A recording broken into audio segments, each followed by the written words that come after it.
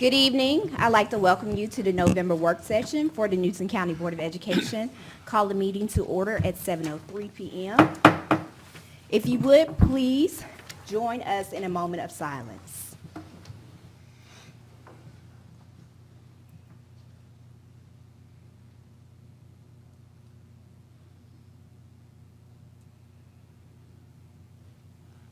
Please stand for the pledge. I pledge allegiance to the flag of the United States of America and to the republic for which it stands, one nation under God, indivisible, indivisible, with liberty and justice for all.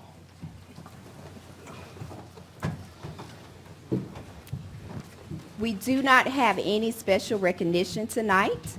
Do we have any public participation? No public participation. May I have a motion to approve the agenda, please? So moved. Is there a second? Second. Okay, it's been moved and second. All in favor? Aye. Okay. May I have a motion to approve the minutes? So moved. Second. Okay, it's been moved and second. All in favor? Aye. Okay, superintendent's reports, Dr. Barr.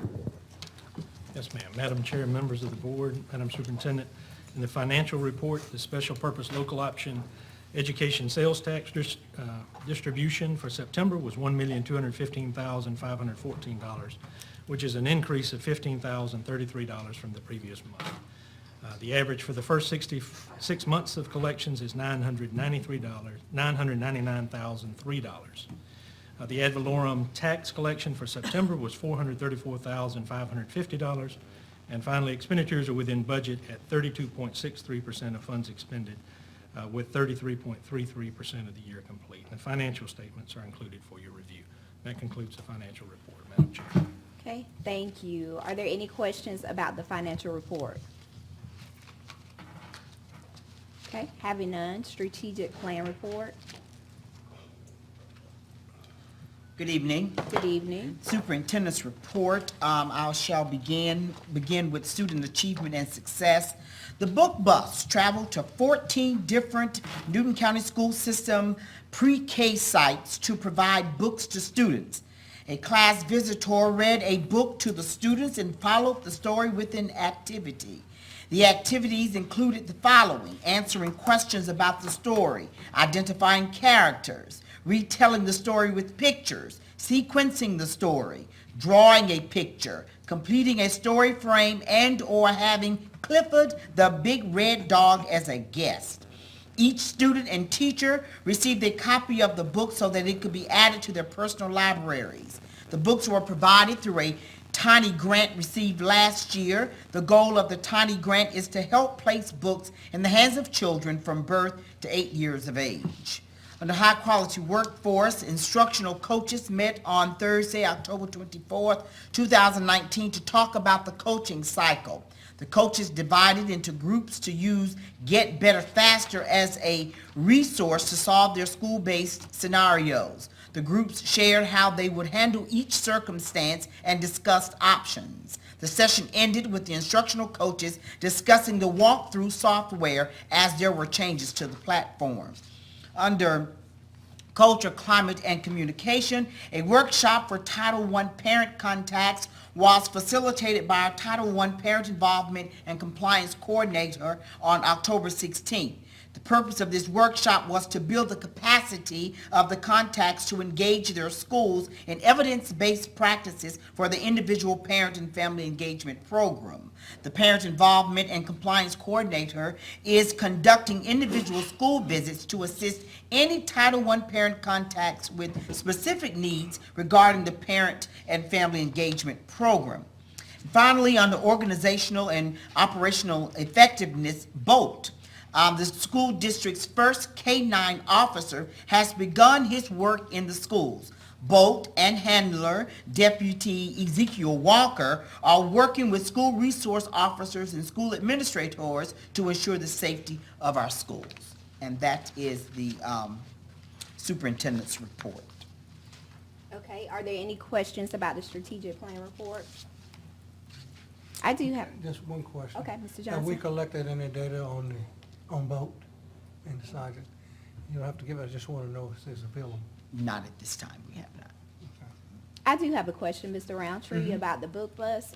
On the average, the times that I've seen the book bus, the majority of the kids that are going on the book bus are elementary to early middle. Do we ever have any late middle to high school? Yes, ma'am. We have books, for them. We even have books for parents, adults, yes. exactly. And so we do, this specific run was for pre-K in honor of pre-K week. So that's probably why you didn't see as many of the older people there. But yeah, we do the book. No, I was talking about item number 1. Okay. Where it talks about all the different places, so that would be more than elementary. The Change the World Day, the New Life Praise Center and stuff. So I was just asking, like, the age range for when people are collecting books. Yes, ma'am. They and then when they use the tiny grant to purchase the books, again, it runs the gamut from the from, as we say, their birth all the way. That particular grant is birth to 8th grade, but then we also set aside other funds to purchase books for the older kids too, as okay. well as parents. Mhm. Okay, thank you. Any other questions?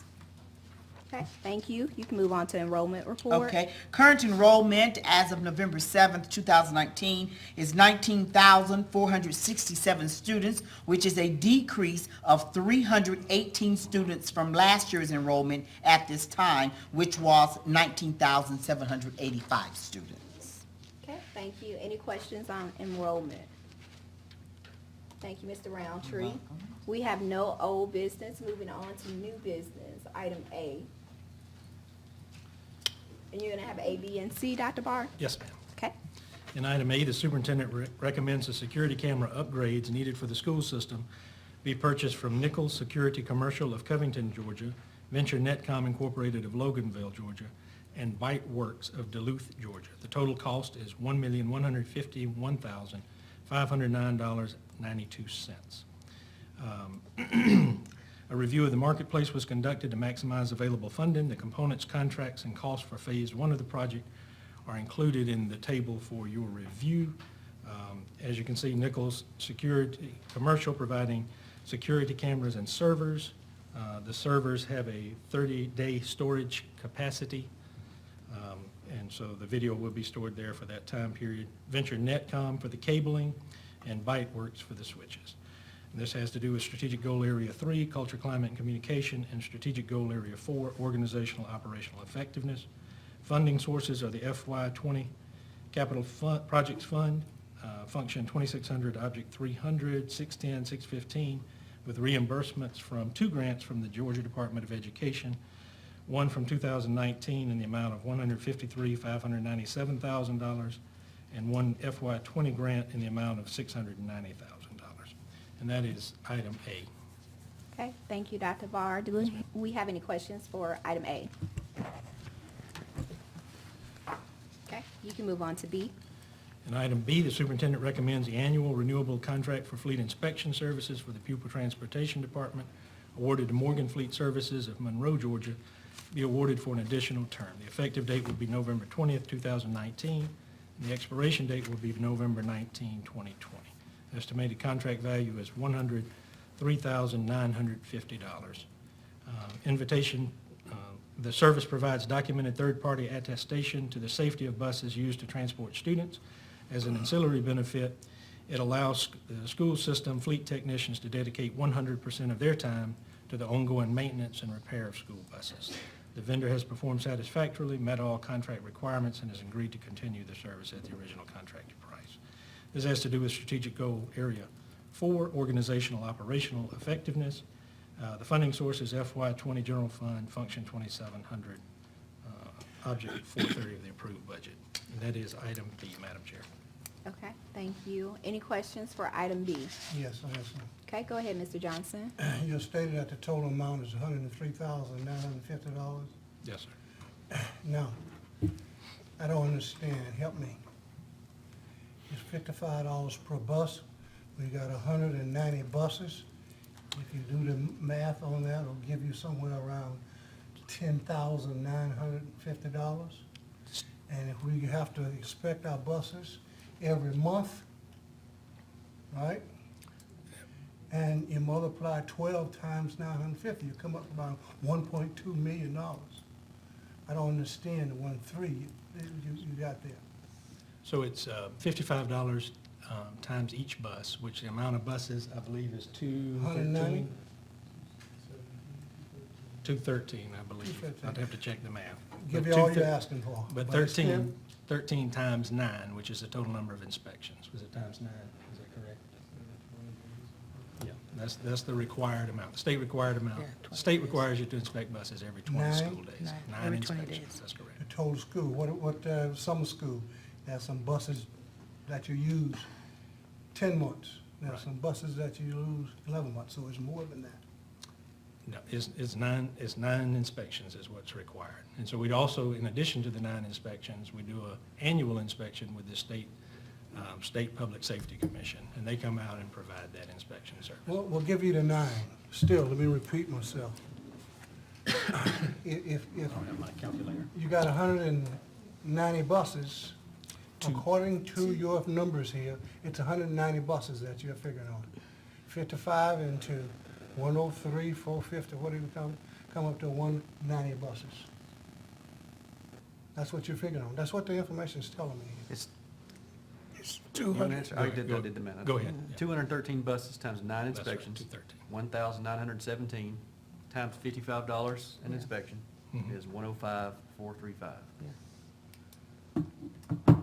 So that's all the buses, 9 times $55 a bus. 105,435. That's not how much. So just a little bit more, I 2,000. think it's 210 is the number of 210. buses. You may be off in the number of buses, and I don't get it. The instructions say that, how I came up with it, is that you have to have an inspection for every month that the bus is scheduled for a route of a person that's gonna be on that bus. Right, that's what I call And we're there at least 11 months. So there's a carryover between the 9 and 11, Yeah. and those buses should be inspected. The Agree or state- disagree? 210 buses. Disagree, it's 9 it's every 20 school days that the buses, there are 180 school days, so it requires it to be inspected every 20 school days, which is 9 inspections. Worked out. Well, 210 buses. Yeah. so you're saying the 103,000 is correct? Yeah, Right, Yeah, I have that's 210 times 55 it's times 210 9. buses. Do you think it's more? Yes, I do. Because this is why I've been in opposition ever since you brought this proposal to the voter. I have never supported it and will never support it because we are contracted out and we can do it cheaper in-house than we can outside. And the only reason we contract, I say we, for the most part, is when we are incapable of performing a function that we can get outside resources. And this is a task, one, it should be done inside. Right. I have further concerns of liability, because the company is inspecting the bus, and they miss one and not inspect it correctly, and there's an accident based on that safety inspection. What's the liability? We don't get to that. Yeah, I don't know of any situation where they've missed the Okay, bus. and you also make a statement here then that they have been performing, Satisfactory. satisfactory. What documentations can you share with me that, I can We'll provide do that. all the documentation. I'm sorry? I can provide all the documentation of every well, I'd inspection. like to see, I don't want it all, I'd like to see something that, Okay, I'd be happy to do You know. that. But before we use this service, we use 2 mechanics to inspect the buses, and it took I'm them. sorry? Before we used this service, we used 2 mechanics to inspect the buses, and it took them the majority of the 20 days to complete the cycle. So the cost for 2 mechanics is more than, it's about $130,000 or so. So that cost is greater than the cost that I'm asking for this evening. And I also believe that there's great value in having a third party do the inspection services. When our own folks are doing it, they could be potentially inclined to overlook things that are very important because of other workloads that relate to the demands around repairing buses and keeping them on the road. So but we should have quality control issues to Right. prevent that, It- what you're describing. Right. It brings me great comfort that know that somebody else is looking at our buses. Well, I'm sorry, I totally disagree. Yes, sir. correct me if I'm wrong, Dr. Barr. As far as liability, wouldn't we have done our due diligence to get someone outside that is non-partial to us? If we contracted with them, then nobody can say that we purposely or neglected to look at it and inspect the bus. That's correct, right. And they provide a great deal of documentation to that. It's done very well. They do a very good job with it. I'm very comfortable in the recommendation. I do have a question, Dr. Barr. You Yes, may or may not have the answer. On the average, when we look at school systems, how often are school systems contracting with the outside person? Or it may be an easier question to answer inside. How often do school systems use an inside person? The things that you brought up make sense. Why you may feel more comfortable going with the outside versus inside. If you never get anybody, and I don't know the total number, I know this company does work with several school districts in Georgia. If you never get anybody else to look outside other than someone in your organization, the only time that somebody with another set of eyes would look at a school bus is the state inspector. And so we really had a situation several years ago where 100% of our buses were being passed. And then that single inspector changed and our number dipped considerably. And so it made me wonder, had we been lulled into a place where we were not operating as safely as we could. And so that's really what fueled me to make the change, right? Okay. Because I wanted not only that set of eyes looking at it, where they may develop a relationship over time with folks and maybe something wasn't getting looked at. I have great confidence in another set of eyes looking at these Who buses. knows nobody Right. coming in? Okay. Another comment, why is it that we don't have a large number of other locations doing the outside inspections? We do have some, but it's far less than a representative number. Other transportation departments, school systems, using the third-party inspection, I don't know, Mr. Jones. because it's ineffective. Yeah, right.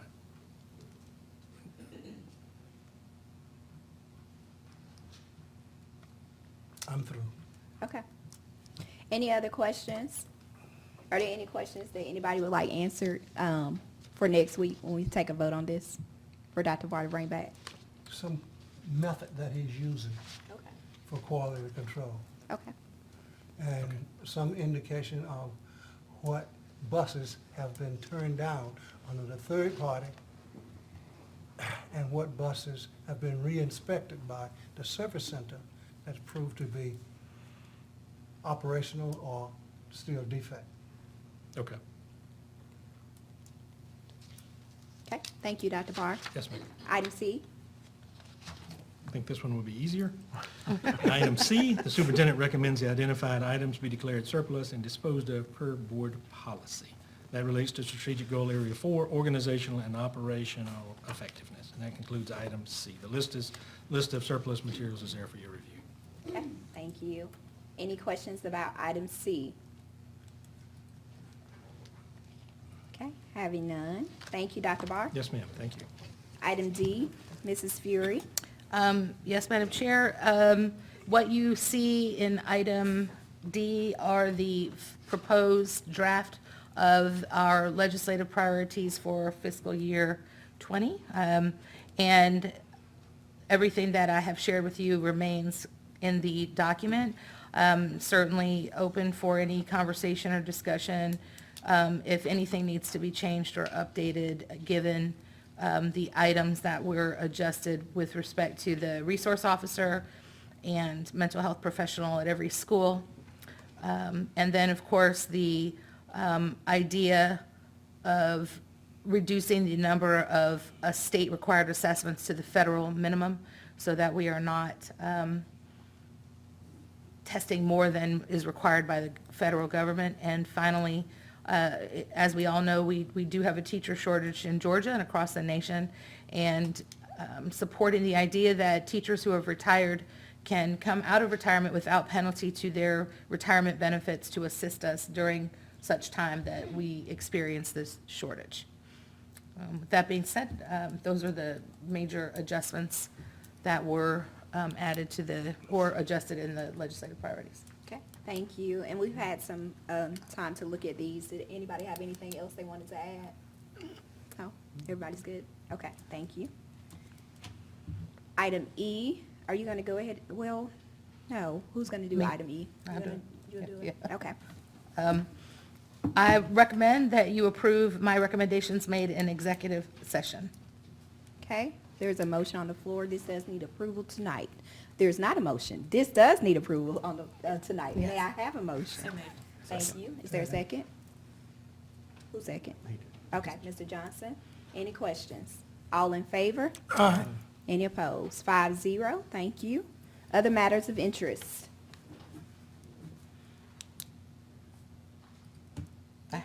Go ahead. So just a couple of announcements about our magnificent high schools. Newton High School, their football team, it will be in the playoffs this weekend. They're playing at Mill Creek in Gwinnett County, which I hate that. I wish they could play right here because I love to watch our kids play football and participate in their events.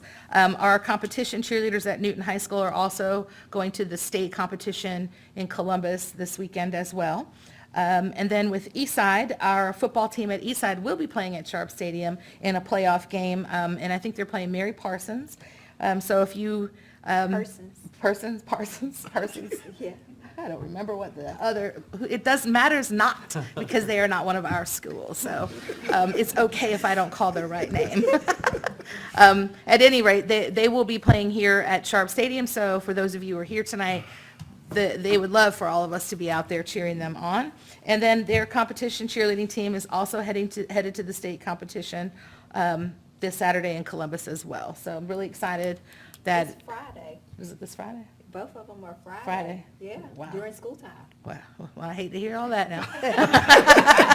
I like for them to be in the classrooms, but they're, Newton is at well, 2. I'm not sure what time Eastside is. I'm not But sure. it's 2. Yeah. But we do have in our vision statement that all students will be well-rounded, and these opportunities to participate in That is athletics. a GHSA thing. That is so indeed, We and need to get so, on to GHSA. yes, very proud of our schools and our coaches and teams and school leaders to create the conditions for our kids to be successful. So, that is my announcement. Okay, any other matters of interest?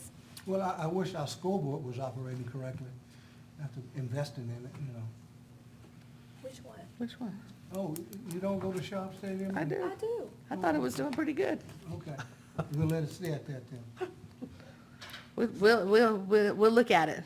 Corey, Mike, I thought they did pretty good, didn't you? Yeah. Okay, What's not operating on it? I won't get into it. Mr. Johnson is the scoreboard connoisseur. He knows everything about them. And when I say that, I mean it literally, he does.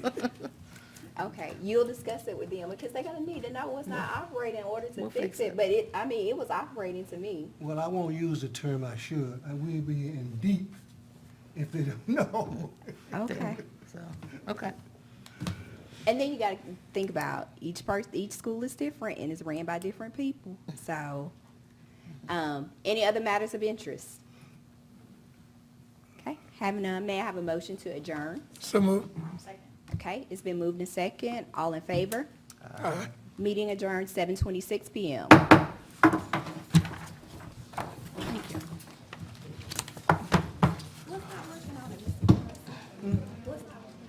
I won't reveal it. I don't want you to make me promises.